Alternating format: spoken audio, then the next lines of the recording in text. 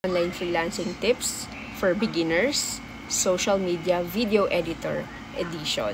Anong ibig sabihin ni client kapag sinabi niya na how do you want to start?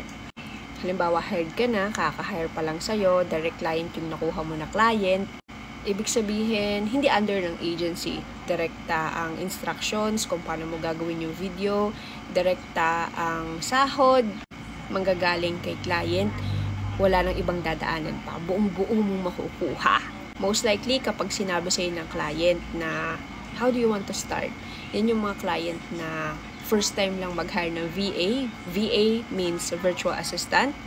O sabihin na natin na ikaw ay pangalawa na, ganyan. Pero, yun nga, most likely, ay bago pa lang siya na mag-hire ng VA.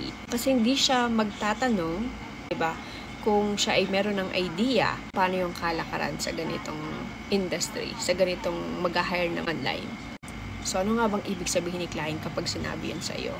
Yun ang pagkakataon mo para magsabi kung ilang video ang kaya mong gawin, anong editing style ang maganda para sa niche niya.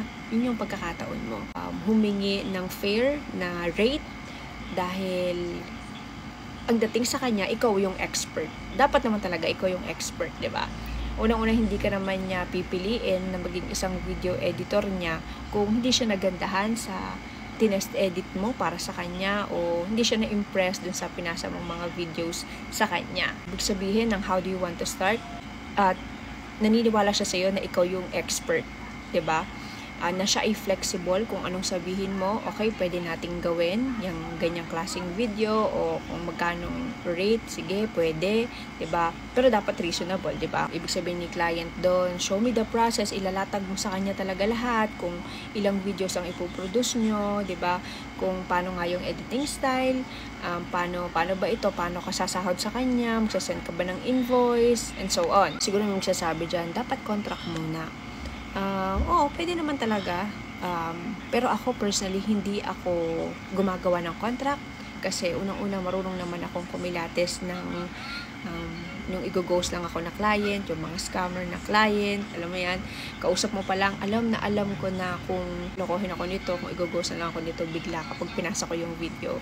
Tiwala ako sa client kasi unang-una nga, yun nga, alam ko kung paano kumilates ng client na i-scamin lang ako. Nasabi ko sa client na isanda sa akin agad yung mga videos na pwede ko nang i-edit para masimulan na namin yung project, diba? Isanda sa akin lahat ng mga assets na pwedeng ilagay sa video, diba? Inaalam ko kung anong editing style ang gusto nila, meron ba silang kumbaga inspiration. Sinasabi ko kung ilang videos ang kaya kong i-produce, depende sa ipapakita niya sa aking raw videos. Sinasabi ko din kung kailan ko preferred na sumahod, which is weekly. Ayan, kaya alam mo na. Kapag tinanong ka ng client, how do you want to start? Ganyan ang sasabihin mo. Follow for more videos.